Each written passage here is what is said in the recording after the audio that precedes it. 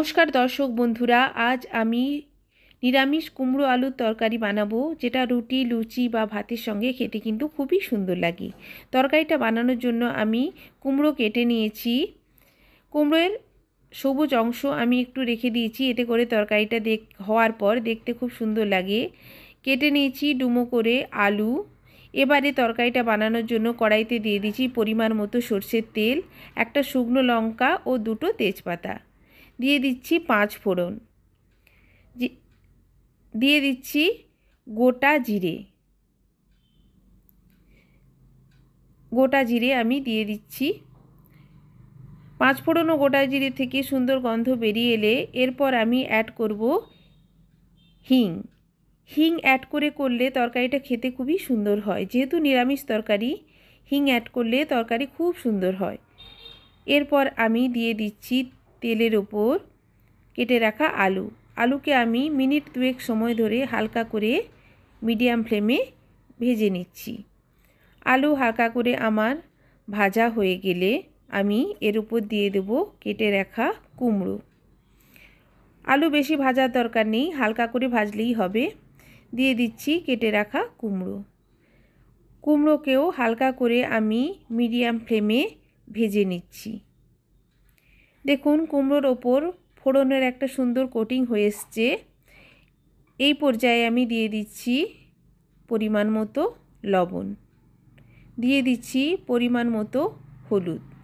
লবণ ও হলুদকে ভালো করে কুমড়ো ও আলুর সঙ্গে মিক্সড করে গ্যাসের ফ্লেমটা আমি লো করে দিয়েছি। কুমড়ো আলুর সঙ্গে লবণ আর হলুদ ভালো করে মিক্সড হয়ে গেলে আমি গ্যাসের ফ্লেমটা লো করে দিয়ে ঢাকা দিয়ে মিডিয়াম ফ্লেমে কুমড়োটা রেখে দেব মিনিট 3 সময় ধরে। এই পর্যায়ে কুমড়োটা হালকা ভাজা ভাজাও হয়ে আসবে এবং হালকা ফোড়নের সঙ্গে কষানোও হয়ে যাবে। ভালো করে আমি কুমড়ো ও আলুকে নাড়াচাড়া করে দিচ্ছি। এইভাবে কুমড়ো ও আলুকে ভালো করে কষিয়ে করলে খেতে কিন্তু খুবই সুন্দর হয়। এরপর আমি দিয়ে দেব টমেটো প্রথমে অ্যাড করলে কুমড়ো আলু সেদ্ধ হতে দেরি হবে। তরকারি প্রায় 50% কুক হওয়ার পর দিলে খুবই সুন্দরভাবে সবজি সেদ্ধ হয়ে যাবে। দিয়ে দিচ্ছি গ্রেট করা আদা। যেহেতু অন্য কোনো মশলা অ্যাড করিনি, আদার পরিমাণটা একটু বেশিই দিতে হবে। গ্যাসের ফ্লেমটা লোতে করে দিয়ে আবারও আমি ঢাকা দিয়ে দিচ্ছি। দেখুন তরকারি থেকে কতটা জল বেরিয়ে এসছে। এইভাবে কুমড়োটা লো ফ্লেমে কুমড়ো তরকারিটা বানিয়ে নিতে হবে।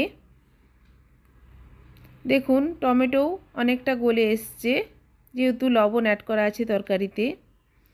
আমি এক্সট্রা কোনো জল অ্যাড না করেই তরকারিটা বানিয়েছি। তরকারি দেখুন আমার এখানে সম্পূর্ণ সেদ্ধ হয়ে গেছে। দেখুন একটা আলু আমি ভেঙে দেখিয়ে দিচ্ছি। এইভাবে আপনারা তরকারিটা অবশ্যই বানাবেন।